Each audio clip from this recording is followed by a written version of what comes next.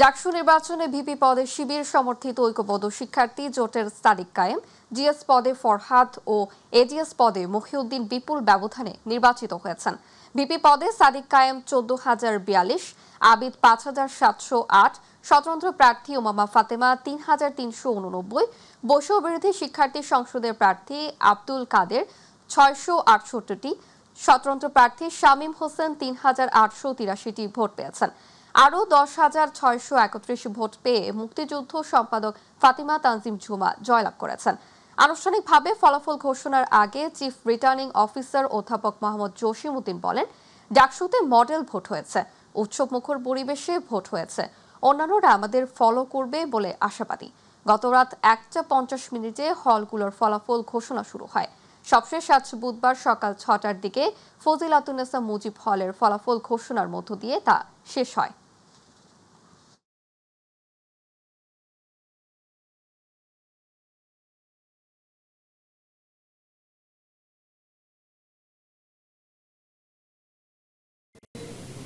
মো আশিকুর রহমান 526, 9 মো মুস্তাকিম বিল্লাহ Masum 54, SM. Farhad প্রাপ্ত vote 10,794। 5 Mahmudul Hasan 84, 6 মেঘ মোল্লার বসু 4,949। ডাকসুর ভোটে কারচুপির অভিযোগ এনে ফলাফল প্রত্যাখ্যান করেছেন ছাত্রদল সমর্থিত প্রার্থী আবিদুল ইসলাম আবিদ। মধ্যরাতে নিজের ভেরিফাইড ফেসবুক অ্যাকাউন্টে পোস্টে একথা জানান তিনি। অন্যদিকে ডাকসু নির্বাচনে ভোট গণনায় জালিয়াতি, কারচুপি ও মেশিনের ত্রুটি পরিলক্ষিত হয়েছে বলে দাবি করেছেন ছাত্রদল সমর্থিত জিএস প্রার্থী শেখ তানভীর বারী হামিম। মঙ্গলবার সকাল থেকে বিকেল পর্যন্ত চলা এই ভোট অনুষ্ঠানে উৎসবমুখর পরিবেশে থাকলেও কয়েকটি কেন্দ্রে অনিয়ম দেখা দিয়েছে। বিশেষ করে গণনার ক্ষেত্রে মেশিনের ত্রুটি, জালিয়াতি ও কারচুপি পরিলক্ষিত হয়েছে। দীর্ঘ 33 বছর পর বিপুল উৎসাহ উদ্দীপনা আগামীকাল জাহাঙ্গীরনগর বিশ্ববিদ্যালয় কেন্দ্রীয় শিক্ষার্থী সংসদ, জাকসু ও হল সংসদ নির্বাচনে ভোট হতে যাচ্ছে। সকাল 9টা থেকে বিকেল 5টা পর্যন্ত ভোট নেওয়া হবে। এর আগে 1992 সালের সবশেষ জাকসু নির্বাচন হয়। এবারে জাকসু নির্বাচনে 25টি পদের বিপরীতে লড়বেন 179 জন প্রার্থী। বিশ্ববিদ্যালয়ে 21টি আবাসিক হলে মোট ভোটার 11,919 জন। গত 29 আগস্ট থেকে গতরাত পর্যন্ত টানা 12 দিন প্রার্থীরা তাদের প্রচার চালায়। এ সময় প্রার্থীরা নিজ নিজ নির্বাচনী প্রচারে ব্যস্ত থেকেছেন। দিনে বিশ্ববিদ্যালয় একাডেমি এলাকা, টিএসসি, কেন্দ্রীয় গ্রন্থাগারের সামনের এলাকা, মুরাদ চত্বর, টারজান পয়েন্ট সরবরাহ ছিলেন প্রার্থীরা। রাতে বিভিন্ন হলে গিয়ে আবাসিক শিক্ষার্থীদের সঙ্গে তারা কথা বলেছেন, দিয়েছেন নানা প্রতিশ্রুতি।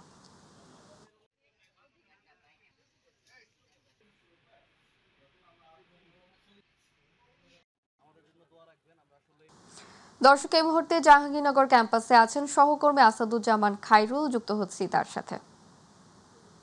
খায়রুল, রাত পোহালে জাকসু নির্বাচন, তো ক্যাম্পাসের প্রস্তুতি আসলে কেমন দেখছেন আমাদেরকে জানাবেন। নির্বাচনের কিন্তু সকল ধরনের প্রস্তুতি নিয়ে রেখেছে জাহাঙ্গীরনগর প্রশাসন এবং নির্বাচন কমিশনার। তারা আমাদেরকে জানিয়েছে যে এই নির্বাচনকে সুষ্ঠু করতে কিন্তু প্রায় 12 শতাধিক পুলিশের এখানে উপস্থিতি থাকবেন এবং বেশিরভাগ পুলিশ কিন্তু থাকবে মেইন ফটকের বাহিরে এবং বাকি যেই কিছু পুলিশ থাকবে তারা তারা কিন্তু জাহাঙ্গীরনগর বিশ্ববিদ্যালয়ের ভিতরে বিভিন্ন পয়েন্ট নির্ধারণ করে দেওয়া হয়েছে এবং গুরুত্বপূর্ণ যে স্থানগুলো থাকবে সেইখানে কিন্তু তারা অবস্থান নেবে। পাশাপাশি ভোট কেন্দ্রগুলোতে কিন্তু পাহারা দিবে আনসার বাহিনী এবং জাহাঙ্গীরনগর বিশ্ববিদ্যালয়ের যেই নিরাপত্তা কর্মীরা আছেন তারা সহ কিন্তু প্রক্রিয়াল বডি একটি টিম তৈরি করেছে যারা সার্বক্ষণিক নিরাপত্তায় কাজ করবে। এছাড়া যদি একটু বলি যে গতকালকে আমাদের জাহাঙ্গীরনগর ডাকসু নির্বাচনের যে নারী এজিএস প্রার্থী ছিল, সেই নারী এজিএস প্রার্থী 6 জন থেকে কমে কিন্তু একজনে দাঁড়িয়েছে। একজন কিন্তু তার প্রার্থিতা প্রত্যাহার করার ঘোষণা দিয়েছে। এতে কিন্তু 6 জন থেকে এখন 5 জনে দাঁড়িয়েছে এবং ভিপি পদপ্রার্থী যে 10 জন ছিল, 10 জন থেকে কিন্তু এখন পর্যন্ত 9 জনে এসে দাঁড়িয়েছে একজনের প্রার্থিতা বাতিল হওয়ার কারণে। যার প্রার্থিতা বাতিল হয়েছে সে কিন্তু আসলে বাম সমর্থিত প্যানেলের অমর্ত্য সেন নামের একজন ভিপি প্রার্থী ছিলেন। আমি যদি একটু বলি যে ব্যালটের ব্যাপারে আমাদেরকে নির্বাচন কমিশন কালকে বলেছেন যে ব্যালট পেপারটি কিন্তু ওএমআর পদ্ধতিতে হবে, যেটি মিসিং রিডেবল হবে, যার কারণে কিন্তু ভোট গণনা কিন্তু ডিজিটাল পদ্ধতিতে হবে বলে জানিয়েছেন আমাদেরকে নির্বাচন কমিশন। এর বাহিরে আমরা যদি বলি যে গতকালকে ডাকসু নির্বাচন হয়েছে এবং ডাকসু নির্বাচনে কিন্তু টান টান উত্তেজনা দেখতে পেয়েছি আমরা ফলাফল, ডাকসু নির্বাচনের ফলাফল নিয়ে জাহাঙ্গীরনগরে, এবং ডাকসু নির্বাচনে কিন্তু ডাকসুর একটি এখন পর্যন্ত কোনো ভিপি প্রার্থী কিন্তু কোনো অভিযোগ এখন পর্যন্ত করেনি। তবে বাম সমর্থিত প্যানেল থেকে কিন্তু কিছুটা আঙ্গুল উঠিয়েছে নির্বাচন কমিশনের দিকে। তবে বেলা বাড়ার সাথে সাথে বলা যাবে যে আর কি ঘটতে চলেছে এই ডাকসুকে কেন্দ্র করে। আমার কাছে শাওন। খাইরুল, আপনাকে ধন্যবাদ। দর্শক, জাহাঙ্গীরনগর বিশ্ববিদ্যালয় থেকে ডাকসু নির্বাচনের সর্বশেষ খবর জানাচ্ছিলেন সহকর্মী খাইরুল। বাগেরহাটে 4টি সংসদীয় আসন বহালের দাবিতে আজ থেকে মংলা বন্দর সহ জেলাব্যাপী 48 ঘন্টার হরতাল পালন করছে সর্বদলীয় সম্মিলিত কমিটি। সকাল থেকে জেলার বিভিন্ন পয়েন্টে অবরোধ করে টায়ার জ্বালিয়ে বিক্ষোভ কর্মসূচি চলছে। হরতাল ও সড়ক অবরোধের কর্মসূচির সমর্থনে খুলনা ঢাকা, খুলনা বরিশাল, খুলনা মংলা, মংলা ঢাকা ও বাগেরহাট ঢাকা মহাসড়ক সহ 16টি রুটে দূরপাল্লার বাস চলাচল বন্ধ রয়েছে। এতে অন্তত 21 জেলার সাথে সড়ক পথে যোগাযোগ বন্ধ রয়েছে, ফলে চরম ভোগান্তিতে পড়েছে সাধারণ মানুষ। আন্দোলনকারীরা বলছে, নির্বাচন কমিশন বাগেরহাটের একটি সংসদীয় আসন কমিয়ে জনগণের আশা আকাঙ্ক্ষা উপেক্ষা করেছে। জেলার ভৌগোলিক অবস্থা, জনসংখ্যা, মংলা বন্দর, ইপিজেড শিল্পাঞ্চল ও 2টি ওয়ার্ল্ড হেরিটেজ সাইট সহ গুরুত্ব বিবেচনায় 4টি আসন বহাল রাখা প্রয়োজন।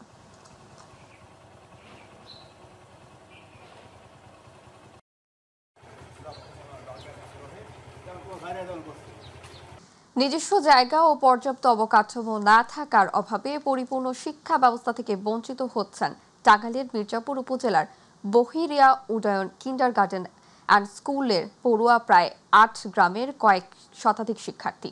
শুধুমাত্র শিক্ষার্থীদের বেতনের টাকাই চলে আসছে এই শিক্ষা প্রতিষ্ঠান। প্রতিনিধি মোশাররফ হোসেনের তথ্যচিত্রে আরো জানাচ্ছেন শামস তাবিজ উচ্ছ্বাস। টাঙ্গাইলের মির্জাপুর উপজেলার বহুরিয়া ইউনিয়ন একটি প্রত্যন্ত জনপদ, যেখানে স্বাধীনতার 50 বছরেও উন্নয়নের ছোঁয়া পৌঁছায়নি পুরোপুরি। শিক্ষা ব্যবস্থায় পিছিয়ে থাকা এই অঞ্চলে 2009 সালে একদল স্থানীয় উদ্যোগী মানুষ গড়ে তোলে Bahuria Udayan kindergarten and high school. নিজস্ব জমি না থাকায় ভাড়া করা জায়গায় চলছে পাঠদান। 2014 সালে মাধ্যমিক স্তরে কার্যক্রম শুরু হয়, আর 2019 সালে এইচএসসি পরীক্ষায় অংশ নেয় 80 জন শিক্ষার্থী। চলতি বছর এইচএসসি পরীক্ষায় এই বিদ্যালয়ের পাশের হার দাঁড়িয়েছে 93.18%। আমাদের স্কুলে রেজিস্ট্রেশন ব্যবস্থা নেই, যে কারণে আমাদের স্কুলের নাম হয় না, অন্য স্কুলের নাম হয়। নিজস্ব কোনো ভবনে এবং জমি সংক্রান্ত সমস্যা অনেক আছে, তাই আমরা অনেক সুযোগ সুবিধা থেকে বঞ্চিত হচ্ছি। অন্য স্কুল আমাদের এখান থেকে দূর হয়ে যায়, তো আমাদের যাতায়াতের সুবিধার জন্য আমরা এই স্কুলে পড়ালেখা করি। তবে উপজেলার অন্যান্য বিদ্যালয়গুলোর তুলনায় সব ধরনের সুবিধা থেকে বঞ্চিত এই বিদ্যালয়ের শিক্ষার্থীরা। নিজস্ব জায়গা ও পর্যাপ্ত অবকাঠামো না থাকায় পাঠদানে ভোগান্তি পোহাচ্ছেন শিক্ষকরাও। সরকারের কাছে ডিজিটাল ল্যাব সহ সকল সুযোগ সুবিধার দাবি শিক্ষক, শিক্ষার্থী ও অভিভাবকদের। যেহেতু জায়গা নেই বিদায় কিন্তু অন্য স্কুলের এই নাম দিয়ে কিন্তু তারা পরীক্ষা, ছাত্রছাত্রীরা পরীক্ষা দিতেছে। এই বিদ্যালয় থেকে এত কষ্ট করেও যে রেজাল্ট হচ্ছে, যেগুলো আমাদের আশেপাশে অন্যান্য যে সরকারি বিদ্যালয়গুলো আছে সেগুলোর থেকেও কিন্তু অনেক ভালো মানের। শুধু জমিটা প্লাস হচ্ছে কিছু ভবন, আর আমাদের ডিজিটাল ল্যাবের প্রয়োজন। বর্তমান হচ্ছে ডিজিটাল যুগ, আমার স্কুলে কোনো ডিজিটাল কোনো সরঞ্জামাদি নাই। বিষয়টি গুরুত্ব দিয়ে সংশ্লিষ্ট দপ্তরে সুপারিশ পাঠানো হয়েছে। দ্রুত সমস্যার সমাধান হবে বলে জানিয়েছে মাধ্যমিক শিক্ষা অফিসার। যখনই মাধ্যমিক ও উচ্চশিক্ষা অধিদপ্তরের আওতায় চলে আসবে প্রতিষ্ঠানটি, তখনই মাধ্যমিক ও উচ্চশিক্ষা অধিদপ্তর থেকে যে সকল ফ্যাসিলিটিস অন্যান্য স্কুলকে দেওয়া হয়, সব ধরনের ফ্যাসিলিটিসই আমরা এই প্রতিষ্ঠানকে দিতে পারব। শামস তাবরিজ উচ্ছ্বাস, মাই টিভি নিউজ ডেস্ক। এবার আমাদের কৃষি।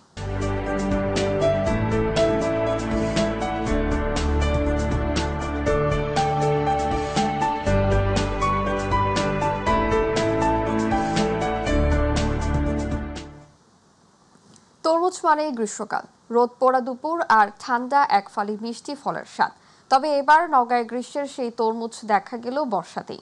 জেলার কয়েকটি উপজেলায় এবার উচ্চ ফলনশীল হাইব্রিড মার্শেলো জাতের বর্ষাকালীন তরমুজ চাষ করে সাড়া ফেলেছেন কৃষকরা।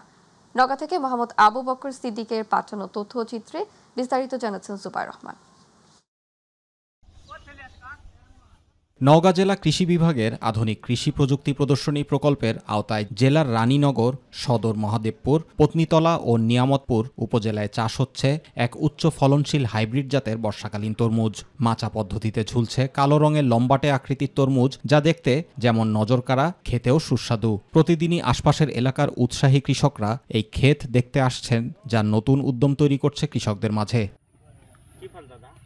উচ্চ ফলনশীল মার্সেলো জাতের এই তরমুজ উচ্চমাত্রায় ভাইরাস সহনশীল। গাছ রোপণের মাত্র 60 থেকে 65 দিনে ফসল সংগ্রহ করা যায়। মালচিং পেপার ব্যবহার করে মাচা পদ্ধতিতে চাষ করলে ভালো ফলন পাওয়া যায়। বর্ষাকালে চাষ হওয়া পরিপক্ক প্রতিটি তরমুজের ওজন 3 থেকে 5 কেজি পর্যন্ত হয়। লম্বাটের ডিম্বাকৃতির এই তরমুজের ভেতরের মাংসল অংশ আকর্ষণীয় গাঢ় লাল রঙের এবং খেতে খুবই সুস্বাদু ও সুমিষ্ট হয়। এই তরমুজের খোলস মোটা হওয়ার কারণে প্রায় 1 মাস স্বাভাবিক পরিবেশে রেখে খাওয়া সম্ভব। অসময়ের এই তরমুজ চাষ করে লাভবান হচ্ছেন চাষিরা। কৃষি অফিসের সহায়তা আমার বাবা এবছর চাষ করেছে বর্ষাকালীন তরমুজ। তো এখানে তরমুজগুলো খুব ভালো পরিমাণে ধরছে এবং তরমুজগুলো এখন ইতিমধ্যে বাজারজাত করা শুরু হয়ে গেছে। তরমুজের আবাদ মাঠে দেখতে আসলাম, দেখলাম খুবই ভালো। সামনের বারে আমিও এই আবাদটা করার জন্য প্রস্তুতি নিব। কৃষি বিভাগের সার্বিক সহযোগিতায় বর্ষাকালীন সম্পূর্ণ বিষমুক্ত এই তরমুজ চাষে অধিক লাভের আশা করছেন চাষিরা। রায়নগর উপজেলার কৃষি কর্মকর্তার পরামর্শে বর্ষাকালীন তরমুজ উৎপাদন করেছি। এতে দেখা গেল যে প্রচুর পরিমাণে ফল হয় এবং ফলটি দেখতে যেমন সুন্দর, খাইতে তেমন মজা। বিষমুক্ত উপায়ে নিত্য নতুন ফসল চাষে কৃষি বিভাগের পক্ষ থেকে কৃষকদের উদ্বুদ্ধ করা হচ্ছে বললেন কৃষি কর্মকর্তা। যে আমরা একজন কৃষককে দিয়েছি, তার আশেপাশে অনেক কৃষক আছে, তারাও এটি দেখবে, উদ্বুদ্ধ হবে এবং পরে এই প্রযুক্তি সম্প্রসারিত হবে। আগামীতে এই তরমুজের চাষ আরও ব্যাপকভাবে ছড়িয়ে পড়বে এবং কৃষকরা অধিক লাভবান হবেন বলে আশা জেলা কৃষি বিভাগের। Zubair Rahman, My TV news. দর্শক, এই মুহূর্তে বিশ্ববিদ্যালয় ক্যাম্পাসে আছেন সহকর্মী মিফতা গালিব, যুক্ত হচ্ছি তার সাথে। গালিব, দীর্ঘ প্রতীক্ষার আসলে অবসান হয়েছে। অবশেষে ডাকসু নির্বাচনে ভিপি, জিএস ও এজিএস পদে জয়ী ঐক্যবদ্ধ শিক্ষার্থীর জোট। তো আসলে কেমন দেখছেন সেখানের পরিস্থিতি, আমাদেরকে জানাবেন। ধন্যবাদ শাওন। আমরা আছি ঢাকা বিশ্ববিদ্যালয়ের সিনেট ভবনেরই ঠিক সামনে। আপনি জানেন যে গতকাল ঢাকা বিশ্ববিদ্যালয় 6 বছর পর ডাকসু নির্বাচন হয়েছে। দীর্ঘ একটি রাত, অনেক চড়াই উতরাই পেরিয়ে আসলে মোটামুটি সকালের দিকেই আসলে রেজাল্ট পাওয়া গিয়েছে। যে এই পর্যন্ত আপনি যেমনটি জানেন যে ঐক্যবদ্ধ শিক্ষার্থী জোটের আসলে ভিপি আবু সাদিক কায়েম জয়ী হয়েছেন, তার প্রতিপক্ষ ছাত্রদল সমর্থিত আবিদুল ইসলাম খানকে করে। এরপরে জিএসও ঠিক একইভাবে SM ফরহাদ এবং মহিউদ্দিন মহি আসলে জিতেছেন। তো আসলে সব মিলিয়ে আসলে আমরা যেটা দেখেছি যে মোটামুটি যে ঢাকা বিশ্ববিদ্যালয়ের যে গণতান্ত্রিক চর্চার দ্বার উন্মোচিত হয়েছে বলে আসলে জানিয়েছে।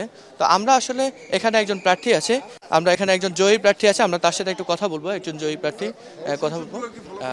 আসলে এই যে দীর্ঘ প্রতীক্ষা 6 বছর পর ডাকসু ইলেকশন হয়েছে, ডাকসু নির্বাচন নিয়ে আপনার আসলে মন্তব্য এবং এই যে শিবির সমর্থিত ঐক্যবদ্ধ প্যানেল যে একক সংখ্যাগরিষ্ঠতা নিয়ে জিতেছে, এটাতে আসলে বিশ্ববিদ্যালয় আসলে সহ অবস্থান যে রাজনীতি, সেই রাজনীতি কি আসলে থাকবে কিনা আপনি কি মনে করছেন? ঐক্যবদ্ধ শিক্ষার্থী জোট সম্পূর্ণভাবে শিক্ষার্থীদের ম্যান্ডেট নিয়ে, শিক্ষার্থীদের ভোটে এবং শিক্ষার্থীদের দেওয়া দায়িত্ব থেকে নির্বাচিত হয়েছে। সে জায়গা থেকে শিক্ষার্থীরা দেখতে পেয়েছে যে যতগুলো প্যানেল এই নির্বাচনে প্রতিদ্বন্দ্বিতা করেছে, তার মধ্যে সবচেয়ে বেশি ইনক্লুসিভ, সবচেয়ে বেশি শিক্ষার্থীদেরকে স্বাধীনতা দেওয়ার মতো সেই পরিমাণ যোগ্যতা রাখছে বা সবচেয়ে তাদের পছন্দনীয় যেই প্যানেলটা ছিল সেটির নাম ঐক্যবদ্ধ শিক্ষার্থী জোট। এই জন্য শেষ পর্যন্ত দিন শেষে ঐক্যবদ্ধ শিক্ষার্থী জোটের ব্যালটটাই শিক্ষার্থীরা চয়েস করেছে এবং সেখানে তারা ভোট দিয়েছে। এই জন্য আমরা আশা করছি ঐক্যবদ্ধ শিক্ষার্থী জোট থেকে শিক্ষার্থীরা যে ধরনের স্বপ্নের ক্যাম্পাস দেখতে চায়, যে ধরনের সুন্দর প্রাণবন্ত গবেষণা ভিত্তিক একটা নিরাপদ নিপীড়নমুক্ত নির্যাতনমুক্ত একটা ক্যাম্পাস তারা দেখতে চায়, সেটা ঐক্যবদ্ধ শিক্ষার্থী জোটের হাত ধরে বাস্তবায়িত হবে। এবং ঐক্যবদ্ধ শিক্ষার্থী জোট আমরা বারবার বলছি, আমরা শুধুমাত্র এখানে যারা নির্বাচিত হয়েছি তাদের নিয়ে গঠিত নয়, এটা পুরো ঢাকা বিশ্ববিদ্যালয়ের 40,000 শিক্ষার্থীদের নিয়ে গঠিত। একই সাথে নির্বাচনে যারা আমাদের সাথে প্রতিদ্বন্দ্বিতা করেছে, যারা হচ্ছে শেষ পর্যন্ত নির্বাচন হতে পারেনি, তারাও আমাদের প্রতিনিধি।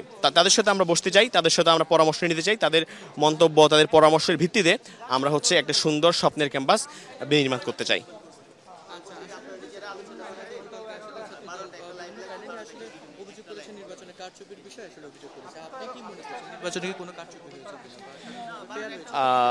নির্বাচনে কারচুপির যদি 0.001% সম্ভাবনা থাকতো, আমি হাইপোথেটিক্যালি ধরে নিলাম, ঢাকা বিশ্ববিদ্যালয়ের শিক্ষার্থীরা যেই পরিমাণ রাজনীতি সচেতন, তারা একটা জুলাই তারা হচ্ছে তৈরি করেছে, একটা ভয়ঙ্কর ফ্যাসিবাদকে তারা এই দেশ থেকে খেদিয়ে দিয়েছে। সেখান থেকে 0.00% যদি এখানে ইলেকশন রিগিং হতো, ম্যানিপুলেশন হতো, ইলেকশনে কোনো জালিয়াতি হতো, বিশ্ববিদ্যালয়ের শিক্ষার্থীরা সেটা অবশ্যই তুলে ধরতো, প্রতিবাদ করতো এবং এই বিষয়ে তাদের মানে প্রতিবাদ জারি থাকতো। সেখানে আমরা কোনো ধরনের প্রতিবাদ দেখতে পাইনি। শুধুমাত্র কয়েকটি প্যানেল থেকে কয়েকজন নির্দিষ্ট প্রার্থী এখানে হচ্ছে এই ধরনের প্রতিবাদ করছেন, কিন্তু আমরা শিক্ষার্থীদের পক্ষ থেকে যারা সাধারণ শিক্ষার্থী তাদের পক্ষ থেকে আমরা দেখছি যে নির্বাচনটা পরিপূর্ণ সুষ্ঠু হয়েছে, এই ধরনের মন্তব্য সব শিক্ষার্থী দিচ্ছেন। আচ্ছা, আরেকটা প্রশ্ন যেটা করতে চাই সেটা হচ্ছে যে আসলে আপনি জুলাই অভ্যুত্থানের কথা বললেন, জুলাই অভ্যুত্থানের অন্যতম স্টেক হোল্ডার ছাত্রদল তারা আসলে বিশ্ববিদ্যালয়ে যে ডাকসু নির্বাচনে তারা জিতে আসতে পারেনি, তাহলে কি আর সহ অবস্থানের যে রাজনীতিটা সেটা কি বিশ্ববিদ্যালয়ে থাকবে কিনা, কি মনে করছেন? জুলাই অভ্যুত্থানের অন্যতম স্টেক হোল্ডার এবং অন্যতম সহযোগী ছিল ছাত্রদল, কিন্তু সে জায়গা থেকে যেহেতু তারা এবার নির্বাচনে খুব একটা আশাব্যঞ্জক ফলাফল করতে পারেনি, এর মানে এই না যে তারা শিক্ষার্থীদের জন্য স্বপ্নের ক্যাম্পাস বিনির্মাণে তাদের জন্য কোনো রকম দুয়ার উন্মুক্ত নেই।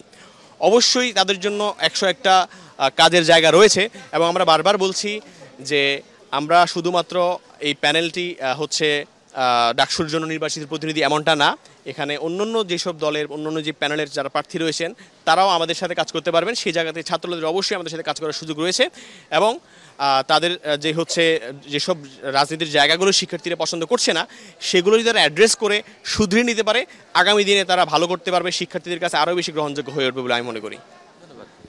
আমরা আসলে কথা বলছিলাম যে ঢাকা বিশ্ববিদ্যালয় ঐক্যবদ্ধ শিক্ষার্থী জোটের পক্ষ থেকে কার্যনির্বাহী সদস্য পদে জয়ী আনাস বিন মুনিরের সাথে আমরা কথা বলছিলাম। তিনি জানিয়েছেন যে আসলে সহাবস্থানের রাজনীতির বিষয়ে আসলে জানিয়েছেন।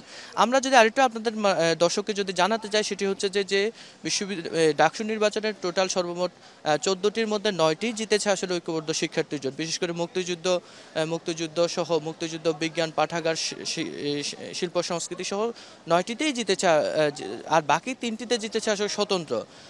এর মধ্যে আমরা একটা বিষয় জানিয়ে যেতে চাই, জুলাইয়ের অন্যতম আহত সানজিদা আহমেদ তন্নি, যিনি যাকে সকল দলের ঊর্ধ্বে গিয়ে যাকে সমর্থন দেওয়া হয়েছিল, তিনি জয়ী হয়ে এসেছেন। এছাড়া আরেকজন আহত জসিমউদ্দিন, যিনি তার জুলাই অভ্যুত্থানে এক চোখ হারিয়েছেন, তিনিও আসলে এই ডাকসু নির্বাচনে আসলে জয়ী হয়েছেন। তো আসলে রাতেই আসলে আবিদুল ইসলাম খান, ছাত্রদল মনোনীত আবিদুল ইসলাম খান, তিনি অভিযোগ করেছেন। আবার at the same time GS প্রার্থী হামিম তিনি বলেছেন তিনি শিক্ষার্থীদের যে ম্যান্ডেট, তিনি সেই ম্যান্ডেটকে তিনি সমর্থন জানান। এছাড়াও কয়েকজন প্রার্থী অভিযোগ জানালেও আসলে আমরা সাধারণ শিক্ষার্থীদের সাথে আমরা যতটুকু কথা বলেছি এবং প্রশাসনের সাথে আমরা যতটুকু কথা বলেছি, তারা বলছেন যে আসলে তারা সর্বোত্তক চেষ্টা করেছে যে একটা ফ্রি অ্যান্ড ফেয়ার আসলে ডাকসু ঢাকা বিশ্ববিদ্যালয়ের শিক্ষার্থীদেরকে উপহার দেওয়ার জন্য। তো এই ছিল শাওন ঢাকা বিশ্ববিদ্যালয়ের সর্বশেষ পরিস্থিতি ডাকসু নির্বাচনের পর। গালিব, আপনাকে ধন্যবাদ। দর্শক, ঢাকা বিশ্ববিদ্যালয় থেকে ডাকসু নির্বাচনের সর্বশেষ খবর জানাচ্ছিলেন সহকর্মী মিহতা গালিব। এবারে গ্রাম বাংলার খবর।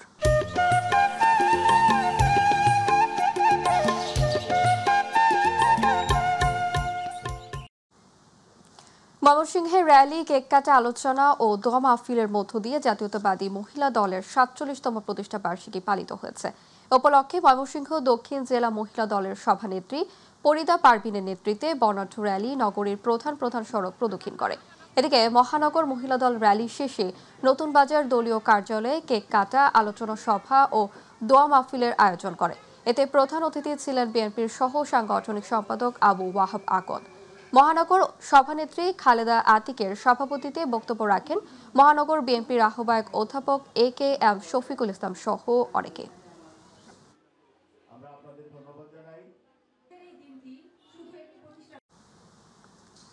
ব্রাহ্মণবাড়িয়া আলোচনা সভা ও কেক কাটার মধ্য দিয়ে বাংলাদেশ জাতীয়তাবাদী মহিলা দলের ৪৭তম প্রতিষ্ঠা বার্ষিকী পালিত হয়েছে। মঙ্গলবার শহরের পুনিয়াউটিতে জেলা মহিলা দলের উদ্যোগে আয়োজিত অনুষ্ঠানে প্রধান অতিথি ছিলেন ব্রাহ্মণবাড়িয়া জেলা বিএনপির সিনিয়র সহসভাপতি মোহাম্মদ জহিরুল হক খোকন। প্রধান বক্তা ছিলেন জেলা বিএনপির সদস্য ও সাবেক মেয়র হাফিজুর রহমান মোল্লা কোচি। জেলা মহিলা দলের যুগ্ম সম্পাদক মোসাম্মদ শামসুল নাহার বেগমের সভাপতিত্বে যুগ্ম সম্পাদক শাহ মাহমুদা আক্তারের সঞ্চালনায় বিশেষ অতিথি ছিলেন জেলা বিএনপির সহসভাপতি অ্যাডভোকেট মোহাম্মদ শফিকুল ইসলাম, সহসভাপতি অ্যাডভোকেট গোলাম সারোয়ার খোকন, সহসভাপতি অ্যাডভোকেট আনিসুর রহমান মঞ্জু, সহসভাপতি এবিএম মমিনুল হক, সহসভাপতি নজির উদ্দিন আহমেদ সহ বিশিষ্টজনেরা।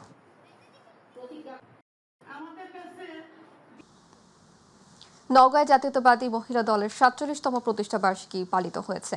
এ উপলক্ষে বর্ণাঢ্য র্যালি ও আলোচনা সভা অনুষ্ঠিত হয়েছে। মঙ্গলবার শহরের এটিএম মাঠ থেকে একটি বর্ণাঢ্য র্যালি বের করা হয়। র্যালিটি শহরের প্রধান সড়ক প্রদক্ষিণ করে বিএনপির দলীয় কার্যালয়ে গিয়ে শেষ হয়। পরে সেখানে আলোচনা সভা অনুষ্ঠিত হয়।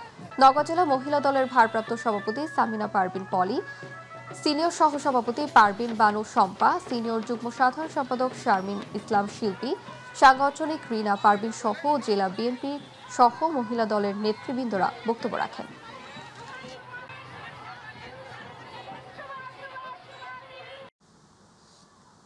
গাইবান্ধার সাদুল্লাপল্লী উপজেলার কৃষক গ্রুপের সদস্যদের মাঝে কৃষি যন্ত্রপাতি বিতরণ করা হয়েছে। মঙ্গলবার উপজেলা কৃষি অফিসের আয়োজনে উপজেলা চত্বরে সাদুল্লাপুর উপজেলার 10টি কৃষক গ্রুপের সদস্যদের কৃষক লিডারদের মাঝে রাডার ডিপি প্রকল্পের আওতাধীন কৃষি যন্ত্রপাতি বিতরণে অংশ হিসেবে 10টি ধান কাটার রিপার মেশিন তুলে দেওয়া হয়। কৃষি যন্ত্রপাতি বিতরণ উপলক্ষে আয়োজিত এক অনুষ্ঠানে উপস্থিত ছিলেন উপজেলা নির্বাহী কর্মকর্তা কাজী মোহাম্মদ অনিক ইসলাম, কৃষি কর্মকর্তা কৃষিবিদ অপূর্ব ভট্টাচার্য, প্রাথমিক শিক্ষা কর্মকর্তা শম্ভু চরণ দাস, কৃষি সম্প্রসারণ কর্মকর্তা এনামুল কবির তুহিন সহ কৃষি অফিসের সকল উপসহকারী কৃষি কর্মকর্তা বৃন্দ। সাতক্ষীরায় পুলিশের কনস্টেবল পদে নিয়োগের প্রতিশ্রুতি দিয়ে প্রতারণার অভিযোগে আব্দুস সামাদ নামের এক ব্যক্তিকে আটক করেছে গোয়েন্দা পুলিশ। মঙ্গলবার তাকে আটকের পর জেলা প্রশাসনের ভ্রাম্যমাণ আদালতের নির্বাহী ম্যাজিস্ট্রেট তাজুল ইসলাম তাকে 1 মাসের সাজা প্রদান করেন। পুলিশ সুপার মনিরুল ইসলাম জানান, সাতক্ষীরায় পুলিশের ট্রেনিং রিক্রুট কনস্টেবল পদের জন্য পরীক্ষা নেওয়া হয়। লিখিত পরীক্ষার পর আব্দুস সামাদ বেশ কয়েকজন প্রার্থীর কাছ থেকে চাকরি পাইয়ে দেওয়ার নাম করে টাকা হাতিয়ে নিয়েছেন। গোপন সংবাদের ভিত্তিতে আব্দুস সামাদের মঙ্গলবার দুপুরে শহরের সঙ্গীতা মোড় এলাকা থেকে গ্রেপ্তার করা হয়। আসন্ন শারদীয় দুর্গাপুজো উপলক্ষে সকল পক্ষের নিয়ে আইন শৃঙ্খলা বিষয়ক মতবিনিময় সভা অনুষ্ঠিত হয়েছে। রাজশাহী মেট্রোপলিটন পুলিশ আয়োজিত এই সভায় সভাপতিত্ব করেন আরএমপি কমিশনার মোহাম্মদ আবু সুফিয়ান। মঙ্গলবার আরএমপি সদর দপ্তর হেডকোয়ার্টারে এই সভা অনুষ্ঠিত হয়। সভায় জানানো হয়, আরএমপি 12টি থানায় এবার মোট 103টি পূজা মণ্ডপে শারদীয় দুর্গাপূজা অনুষ্ঠিত হবে। যে কোনো প্রকার গুজব প্রতিরোধে সতর্ক থাকার আহ্বান জানানো হয় এই সভায়। এ সময় আরএমপি পুলিশের পক্ষ থেকে জানানো হয়, সার্বিক নিরাপত্তা নিশ্চিত করার লক্ষ্যে 3 স্তরের নিরাপত্তা ব্যবস্থা গ্রহণ করেছে পুলিশ। স্থানীয় ফোর্স এবং মোবাইল ফোর্স সহ সাইবার টিম, সিআরটি টিম এবং গোয়েন্দা সংস্থা সাদা পোশাকে কাজ করবে।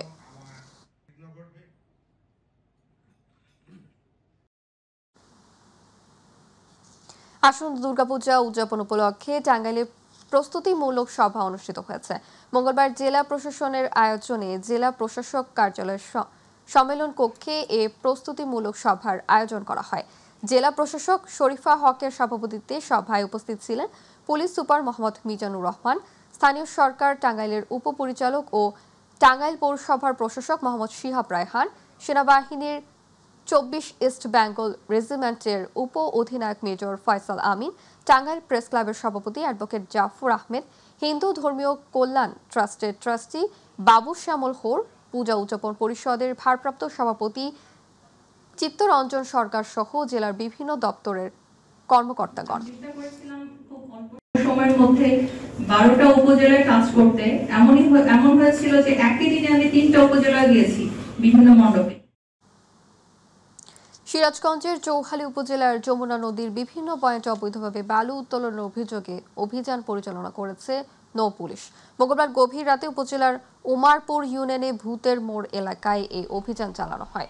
অভিযানে দুটি বালুবাহী বলগেট নৌকা আটক, যার আনুমানিক মূল্য 9,50,000 টাকা মালামাল জব্দ করা হয়েছে। পরে মালিকের বিরুদ্ধে নিয়মিত মামলা দায়ের করেন। নৌ পুলিশের আইসি মোহাম্মদ ফিরোজ উদ্দিন জানান, অবৈধ বালু উত্তোলনের বিরুদ্ধে নিয়মিত অভিযান অব্যাহত থাকবে। এ সময় নৌ পুলিশের একটি টিম উপস্থিত থেকে সহযোগিতা করে।